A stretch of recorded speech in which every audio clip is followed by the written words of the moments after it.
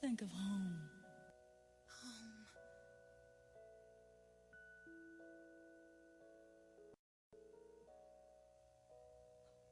When I think of home, I think of a place where there's love overflowing. I wish I was home. I wish I was back there with the things I've been knowing. Suddenly my world's gone and changed its face, but I still know where I'm going.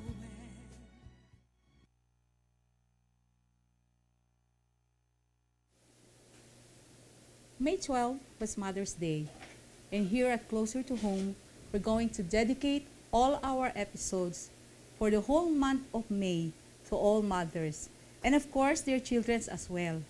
Kasi naman, walang mother kung walang children, di ba? And so, we have our special guest tonight, a beauty queen that any mother would be proud of. Welcome to Closer to Home. This is your Ate Ces Apostol, your host for tonight. And as I told you, we have a beauty queen as our guest for tonight. She's going to enlighten us how it is to be a beauty queen and how to be a daughter and how her mother to her as part of our Mother Day is special. Her story is a true Cinderella story na pwedeng isa pelikula. No? So, we're going to find out tonight gaano ka-interesting ang buhay ng ating guest. No? And ladies and gentlemen, please welcome our guest, Miss Kim Penchon. Good evening, Miss Kim Penchon. Welcome to Closer to Home. So much. Yes. It's a pleasure to be here. Yes, and thank you for gracing our show. No problem. It's Ang my ganda-ganda po niya, ladies and gentlemen. Makikita niyo po siya. Para siyang Angelina Jolie in person. Diba? I'm sure you'll agree with me. No? So, nakikita niyo naman po, ano? And our show is very lucky to have you tonight. Thank you very much for coming. To be here. Yes, and before we go to our interview, I'd like to announce also that on the second half of our program, we have interesting guests also. They are single moms, no? Pero sorpresa po kung sino sila. Hindi po namin sasabihin sa inyo, pero kilala nyo silang lahat.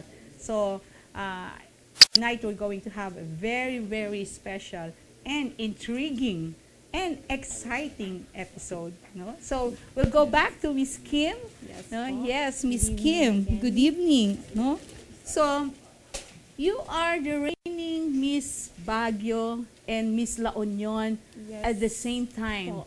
Wow, Yes. to be a reigning beauty queen ng isang lugar is really something. Yes, Pero ma'am. ikaw, dalawa. Di ba? Dalawa. Paano nangyari yan, Miss Kim? First po kasi, yes, I joined pageants. I started joining when I was in second year college. Mhm. So I joined Miss Agoo po, and then luckily I won. After that, I joined Miss Baguio. Pero yung Miss Agoo po kasi, I am obliged to represent Agoo for Miss La Union. Okay. So when I joined, Miss Baguio was not in my plan. Pero ayun, nanalo naman po. So, And nanalo then, is Miss Agoo and then Miss La Union. And then Miss Baguio And then po Miss doon. Baguio. And ayun po, I need to represent Agoo for the upcoming Mutiati La Union. Then I joined Mutiati La Union again, and then I don't know what happened. I won. Oh! Yes po. Eh, talaga namang hindi nakakapagtaka na mananalo ka. So, lahat yata ng sinasalinan mo, nananalo ka, ha? Hindi chamba po. Chamba. Maybe I'm just lucky. Maybe next is sa Binibining Pilipinas na. I'm still thinking about that naman po. Pero I'm not pretty sure.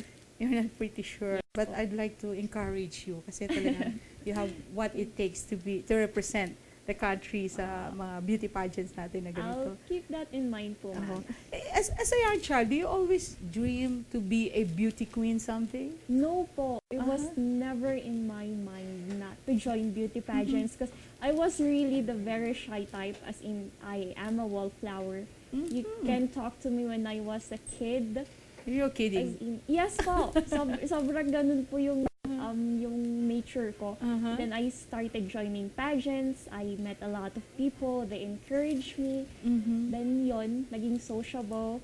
Mhm. Until I am the woman I am right now. Oh, so sino yung talagang nagsabi sa na, "Oh, Kim, join the pageant. You got what it takes to be a beauty queen." Sino talaga 'yon? Yung pinaka first po, when I was in high school pa po nun, pero I always say no. Mhm. From first year to fourth year, I always say no. As in, no, ayoko po kasi sobrang nakakahiya. And then, college came. One of my instructor in second year, Mhm. ayun po, just, siya po kasi yung chairman of the board ng pageant that Mhm. time. Mr. and Miss IHTM was my first pageant. IHTM. What's Yes that po. IHTM? Hotel Restaurant Okay. Management. Saang school ito? University of Baguio po. Okay.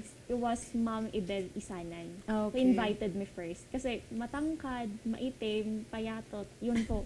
So, I was not expecting, ayun, Uh-huh. I joined pageant just to mingle with people, Mhm. gain some friends. Mhm. And then, feeling ko, it's my first stepping stone to, I don't know, contribute my talents and my skills maybe Mhm. for my school.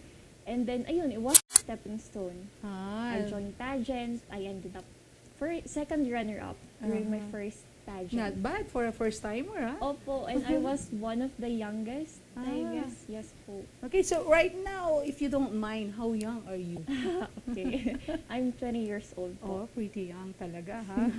And when you joined this pageant for the first time, sabi mo you want to meet people and everything. Yes, So, were po. you able to achieve these goals naman? Yes po, I met a lot of people. Enjoyed it, ha? Yes. All the attentions, of course. Kasi po for me, one way of learning is to meet people. Kasi if you meet people who are intellectual, who have a lot of knowledge, they share stories. You share stories with each other. And then by that way, you learn a lot of things. You gain a lot of knowledge. Then. Okay. So, you said you were not like this before. I can't imagine you're telling me a while ago that you were shy and Yes everything. po. So, as a child, ano ka ba? O, saan ka pinanganak? Paano ka lumaki? And paano ka lumaki? Hindi. Siyempre, lumaki ka lang basta, no? I mean, how was it to be, Kim, as a young girl? As a young girl, I was born here in Baguio City. I spent some of my childhood in Agoo. That made me qualified to be... Why did